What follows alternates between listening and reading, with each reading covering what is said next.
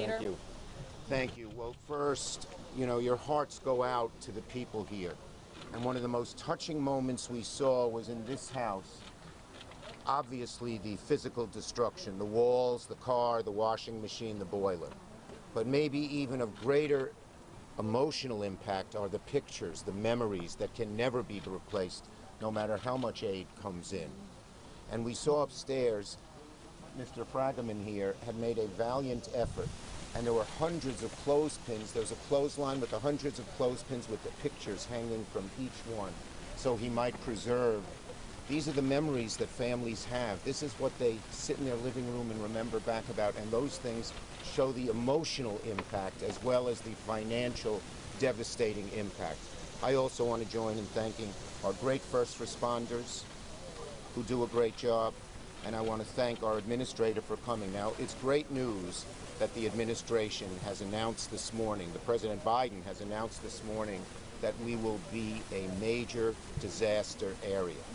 That means that grants, not just loans, but grants can go to individuals to help make up for the damage that they have here. It means the city can get reimbursed for all of its expenses, and it means that small businesses can get loans if they were hurt by this as well. This is the fastest I've seen a major disaster area declared. We need it. You can see it by what's here. But one thing that the Congress member and I talked about is we got to get the insurance companies to really step up to the plate as well. They can't duck it. They can't say, oh, this I wasn't dotted or this T wasn't crossed. This is a personal disaster, a major disaster, and we need the insurance companies to join with the federal, city, and state governments for this. And so it breaks your heart. You see those pictures, the wedding pictures from 30 years ago, and you just want to cry. You just want to cry for the loss. It just symbolizes the amazing loss. Of course, thank you so much, Senator Schumer. Thank you to FEMA and to our administrator for coming in and assessing this damage. Thank you to the mayor, to our first responders that are here. First and foremost, it's so incredibly important to acknowledge that what just happened is an immense catastrophic trauma, psychologically, medically, and in terms of physical possessions to people's homes. And so the major disaster declaration that President Biden just issued this morning is going to be an incredibly important step for families, homeowners, and renters as well to be eligible to up to, I believe, $34,000 in grants from FEMA after the major disaster declaration. And it's so important that our constituents and folks in our neighborhood know it's disasterassistance.gov in order to begin the process of applying. As Senator Schumer had stated, there's many issues we need to start addressing. One, we need to start addressing many of the concerns that were brought up here around our sewer infrastructure, the back flooding, so that we can make sure that this doesn't happen again with infrastructure investment that we're currently seeking right now in Washington, and that we have to make sure that insurance companies pay and recompensate families fairly. Especially when it comes to so many families that went through the effort of getting insured, they've paid into their insurance, they deserve to be recompensated. And lastly, if anybody here is in the neighborhood or anyone who's been affected by the flood, who was exposed to floodwater, is feeling ill, seek medical assistance. Floodwater is not just elevated rainwater that is backed up. There is chemicals, there is there is sewage in there. If you are feeling ill in the aftermath of the storm, seek medical help. Our teams will be canvassing Woodside, East Elmhurst, Throgs Neck, Edgewater, and the Bronx, making sure that people understand and know where to apply for individual assistance, and also to check in on their medical status. So thank you so much, and I'll hand it off to the mayor. Thank you, Congressmember. Everyone, look, we're seeing families who have been devastated. We were just with Julia a few doors down. She's 77 years old.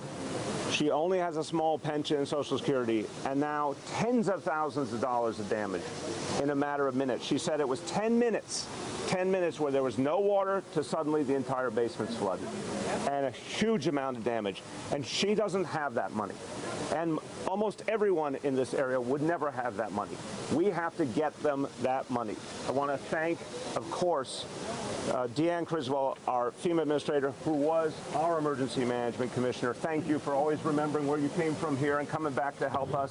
Senator Schumer, Congressmember Ocasio-Cortez, and of course, President Biden. This disaster declaration is exactly what we need. But now comes the part of getting everyone the money they deserve. The city is going to send teams out to all affected areas, door to door, to make sure people sign up, to cut through the red tape. People need money, and they need it quick. That's what's going to make a difference. They've just gone through devastation. They need to be back on their feet. They don't have a way to pay for it unless we get this federal money in their hands. We have to make sure it actually gets to them and gets to them quick. And the point about the insurance companies are going to have to be forced, and I'm asking our federal leaders to help us, to provide flood insurance, not just in coastal areas. This storm has now rewritten the map. We used to think flooding was a coastal thing. It's not anymore. It can happen all over this city. People have to be able to get affordable flood insurance for flooding that can happen anywhere. It's a new world now, and we need help with that as well. I want to just finally say, our leaders in Congress, these are two of the people who have been sounding the warning on climate change for years. Congressmember, God bless you for the Green New Deal. We're applying it right here in New York City. Even before the federal government gets everything we need, we're doing it here. But the bottom line is, this is what climate change looks like. It's going to take a massive investment, both to stop the pain that people are feeling, but also to reverse what's happening to our environment. But it's our only choice. And thank God we have leaders who understand that and are doing something about it. And one thing I would add, related to what the mayor said, in the reconciliation bill, we have the most major action against climate change that has ever occurred by the federal government.